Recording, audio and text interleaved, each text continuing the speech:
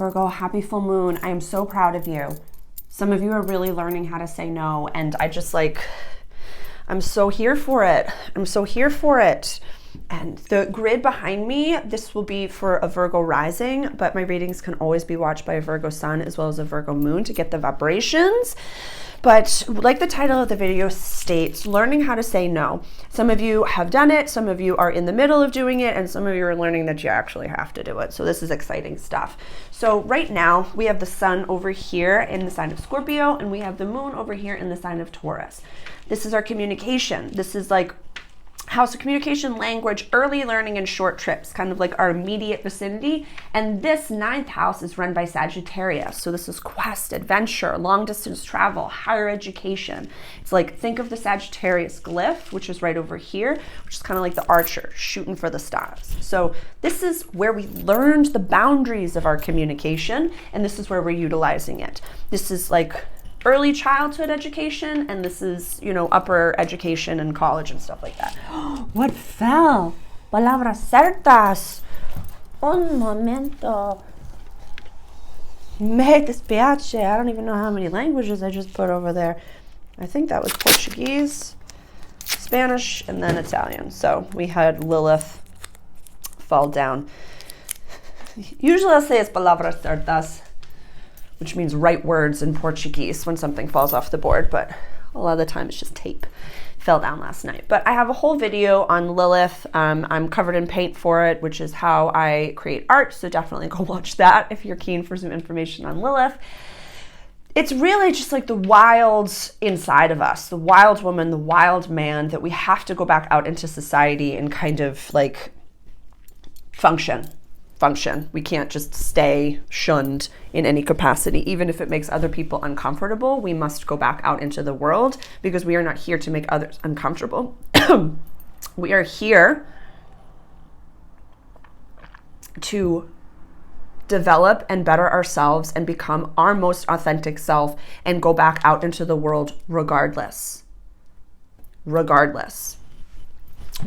and I told you so dance, without a I'm showing up for you so you can see how much I've grown. It's like, no, literally learning how to say no. This is, you know, communication is being highlighted just with the sun. I like to think of it as a lighthouse that's going through our chart. We have all these houses. We have all these different areas that we could focus on. But when the sun is here and the moon is here, we just kind of look at the axis that it's highlighting over here. So we have communication, early learning, Mercury in the 3rd house. Mercury loves being in the 3rd house. Mars loves to be in Scorpio because Scorpio is run by Pluto and Mars, so it's super happy over there. This is really, the more you learn how to say no, the more it will become so apparent when it's a yes.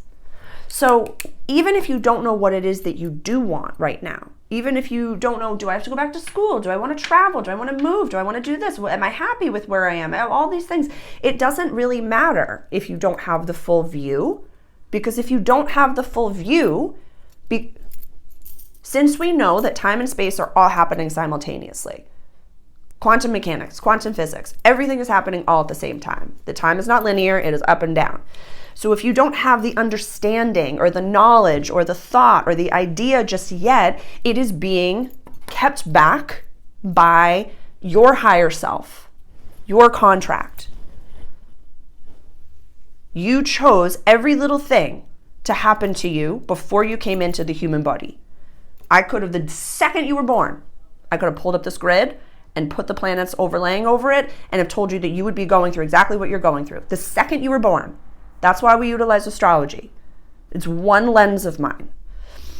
It's math, history, and patterns, and that's it. And it's a chance for me to let my channels come through. That's why we use astrology around here. So really, even if you don't have the yes, remove the no's. Keep saying no. That's not for me. And it's attached a little bit to money. It's almost like I don't want you to say yes to every single deal. If it doesn't feel aligned, if it doesn't feel right, if it doesn't feel good, trust that vibe. Trust that vibe. Trust that vibe. Yeah. Because what's behind it is the yes.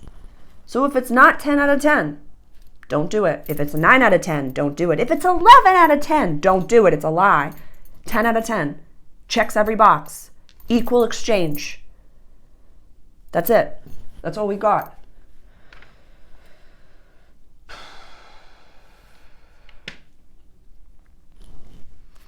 I'm just asking my guides if there's anything that they want to tell me. Yeah, in the next few weeks, before this new moon that we have coming up at 20 degrees of Scorpio, looks like it's on the 13th of November or around that time period. That's when we're looking at yeses, and that's what we're looking at, what we do want. So journal as much as possible and be aware of what comes out when you're journaling. Like, you can have any lifestyle that you want, Virgo. You can have anything. It's just say no to what is not working. And the yes will just blossom. It's like weeding the garden. You have to make space for the healthy things to come through, but you have to make the space first.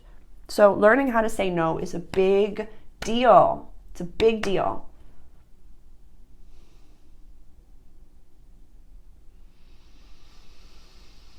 That's it. That's all we got today. I appreciate you. I love you. I'll see you in a few weeks for the new moon in Scorpio. I love you.